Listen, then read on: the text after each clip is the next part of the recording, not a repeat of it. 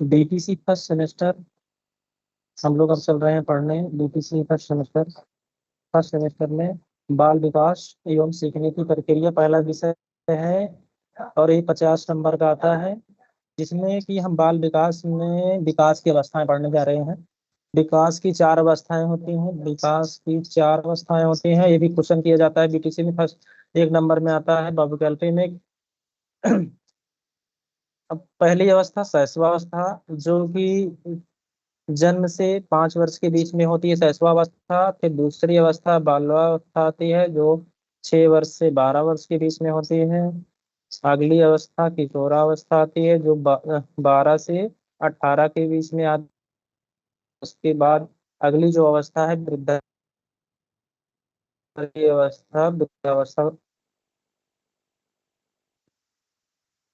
आगे चलेंगे, शैशवावस्था की परिभाषा पहले देखेंगे। शैशवावस्था शैशवावस्था के बारे में पढ़ रहे हैं। शैशवावस्था की परिभाषा है, शैशवावस्था मानव जीवन की पहली व आधारभूत अवस्था। क्योंकि मानव जीवन की जो अवस्थाएं हैं, सबसे पहली अवस्था शैशवावस्था होती है। इस अवस्था को जीवन का महत्वपूर्ण काल माना जाता है। समानता है, यह जन्म से 5 वर्ष की अवस्था होती है, उसे ही शैशवावस्था कहा जाता है। यही लिखेंगे। ये 2 नंबर में आएगा अति लघुत्तरी में। ठीक है, 1 नंबर में अति लघुत्तरी में आता है शैशवावस्था कहाँ से कहाँ तक आई होती है। जन्म से 5 वर्ष के बीच में शैशवावस्था होती है। इसकी कुछ अवधारणाएं होती हैं, ये भी पूछा जाता है। जन्म से पाँच 5 वर्ष की आयु होती है। शैशवावस्था अतार्किक चिंतन होता है, क्योंकि बच्चों में उस समय अतार्किक चिंतन होता है। और उनकी बच्चों के जो अवस्थाएं होती हैं 5 वर्ष में, वो खिलौनों की अवस्था होती है, फिर भावी जीवन की अवस्था होती है, फिर सीखने के आधार। शैशवावस्था में हम आगे पढ़ेंगे। इसमें आगे पढ़ेंगे सीखने का आदर्श काल भी कहा जाता है। शैशवावस्था विद्यालय की पूर्व आयु होती है, क्योंकि विद्यालय की पूर्व आयु होती है। इसमें कुछ मनोवैज्ञानिकों का मानना है, जिसमें जिसमें कि वैलेंटाइन के अनुसार परिभाषा आता है, शैशवावस्था सीखने का आदर्श काल कहा जाता है। क्योंकि कभी कभी पूछ लिया जाता है क्वेश्चन इसमें, शैशवावस्था में शैशवावस्था सीखने का आदर्श काल किस अवस्था को कहा जाता है। शैशव किस मनोवैज्ञानिक ने कहा था? वैलेंटाइन मनोवैज्ञानिक ने कहा था। और दूसरे मनोवैज्ञानिक है कुरो के अनुसार, या इन्होंने बताया कि शैशवावस्था के बारे में। ठीक है, तो यह अवस्था ही वह आधार है जिस पर बालक के भावी जीवन का निर्माण किया जा सकता है। मतलब पुरो ने बताया कि यह अवस्था ही वह आधारशिला है, आधार है जिस बालक के भावी जीवन का निर्माण किया जाता है। और उनकी कुछ विशेषताएं शैशवावस्था की आती हैं, जो कि बहुत इम्पोर्टेंट है विशेषताएं। जैसे कि पहली विशेषता है तीव्र शारीरिक विकास। शैशवावस्था में जो बच्चा होता है, जो बालक होता है, उसका विकास बहुत तेजी से बढ़ता है। ठीक है, और दूसरा इसकी विशेषता है तीव्र मानसिक विकास। क्योंकि जो बालक होता है शैशवावस्था में, एक मनोवैज्ञानिक थे, उन्होंने कहा था, डीएफ के अनुसार उन्होंने बताया था कि मानसिक विकास 3 वर्ष की आयु में बालक का मतलब कि मनुष्य के पूरे शरीर का जो विकास होता है 3 वर्ष में, उनका मस्तिष्क जो मानसिक विकास होता है पूरा विकसित होता है। पुनरावृत्त की प्रकृति होती है, प्रआश्रित होता है, क्योंकि छोटा बालक है वो दूसरों पे आश्रित रहता है। आत्म प्रेम होता है, जिज्ञासु बालक होता है। फिर उसके बाद शारीरिक विकास शारीरिक विकास भी शैशवावस्था में शैशवावस्था के जो शारीरिक विकास है, इसमें जन्म से 3 वर्ष की आयु तक शिशु का जो शारीरिक विकास अत्यंत तीव्र गति से होता है। क्योंकि 3 वर्ष में शिशु का जो विकास होता है अत्यंत तीव्र गति से बढ़ता है। और इसकी लंबाई भी तेजी से बढ़ती है। जैसे कि जन्म के समय बालिकाओं की औसत लगभग 51 सेंटीमीटर, जबकि बालकों का औसत 51.5 सेंटीमीटर होता है। क्योंकि इसमें देखा गया है कि बालिकाओं की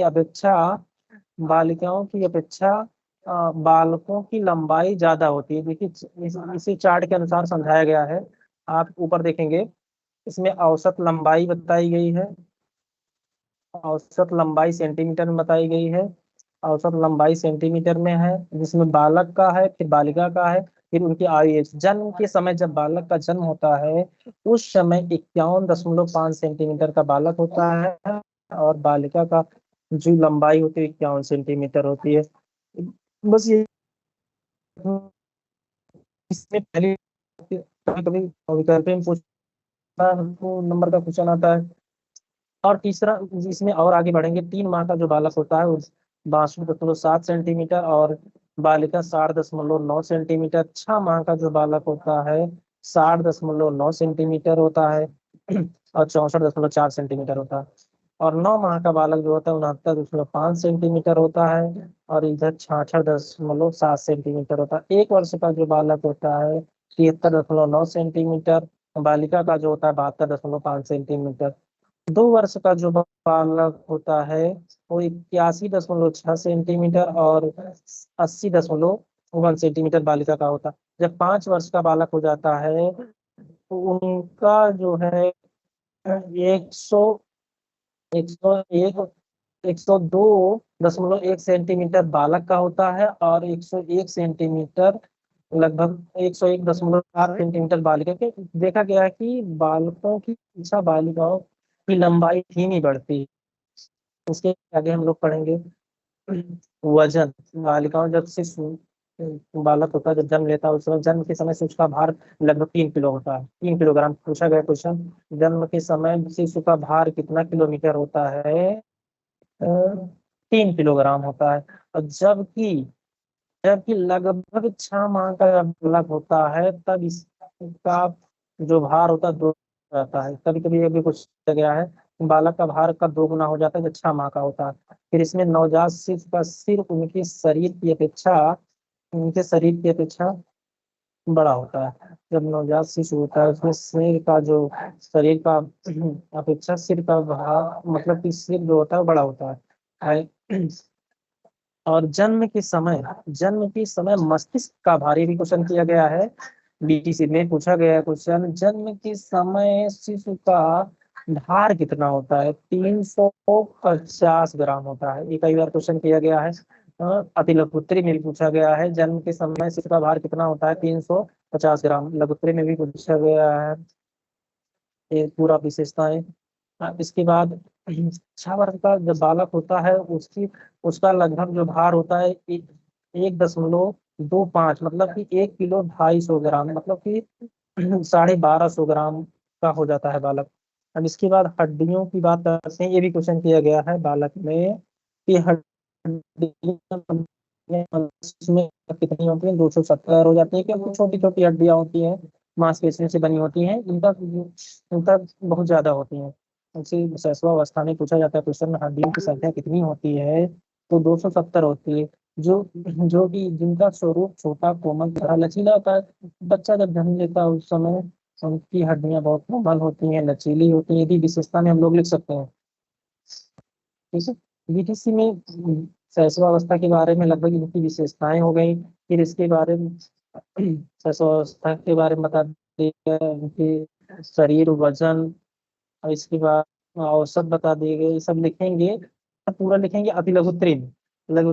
अति लघुत्तरी में आप लोग एक एक नंबर का आएगा, केवल फैक्ट लिखेंगे। फैक्ट लिखेंगे, जैसे पूछ ले तीव्र शारीरिक विकास जो है किस अवस्था को कहा जाता है? तो शैशवावस्था कहा जाता है। ऐसे से हम लोग देखेंगे।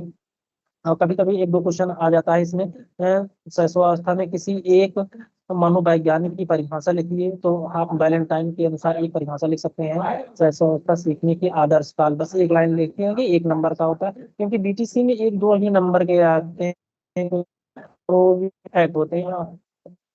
फैक्ट होते हैं। और ये पहला विषय है, मतलब कि बाल विकास एवं सीखने की प्रक्रिया, पहला विषय बीटीसी फर्स्ट सेमेस्टर का, और पेपर भी होने वाला है, तो हम लोग इसमें ध्यान देंगे। शैशवावस्था के बारे में आज पढ़े हैं। शैशवावस्था के बारे में कुछ और चीजें हैं, हम उसको कल डिस्कशन करेंगे। तो इसके बाद एक वीडियो और बनाएंगे, उसके बाद इसमें शैशवावस्था पूरा खत्म हो जाएगा, फिर हम लोग बाल्यावस्था पे चलेंगे। तो शैशवावस्था से 2 3 क्वेश्चन तो फिक्स रहते हैं, बीटीसी में आते हैं। कभी कभी बोल लेता है जिज्ञासु प्रवृत्ति के किस अवस्था को कहा जाता है? तो शैशवावस्था, इसमें हम लोग देखेंगे। आत्म प्रेम किस अवस्था को कहा जाता है? शैशवावस्था कहा जाता है। इसको आप लोग ध्यान दीजिएगा इसमें। इसमें से एक दो क्वेश्चन जरूर पढ़ेंगे। ठीक है, बस इतना ही आज। आज के लिए बस इतना ही हम लोग पढ़ेंगे। इसके बाद शैशवावस्था के बारे में कुछ और है तो उसको हम लोग पढ़ेंगे।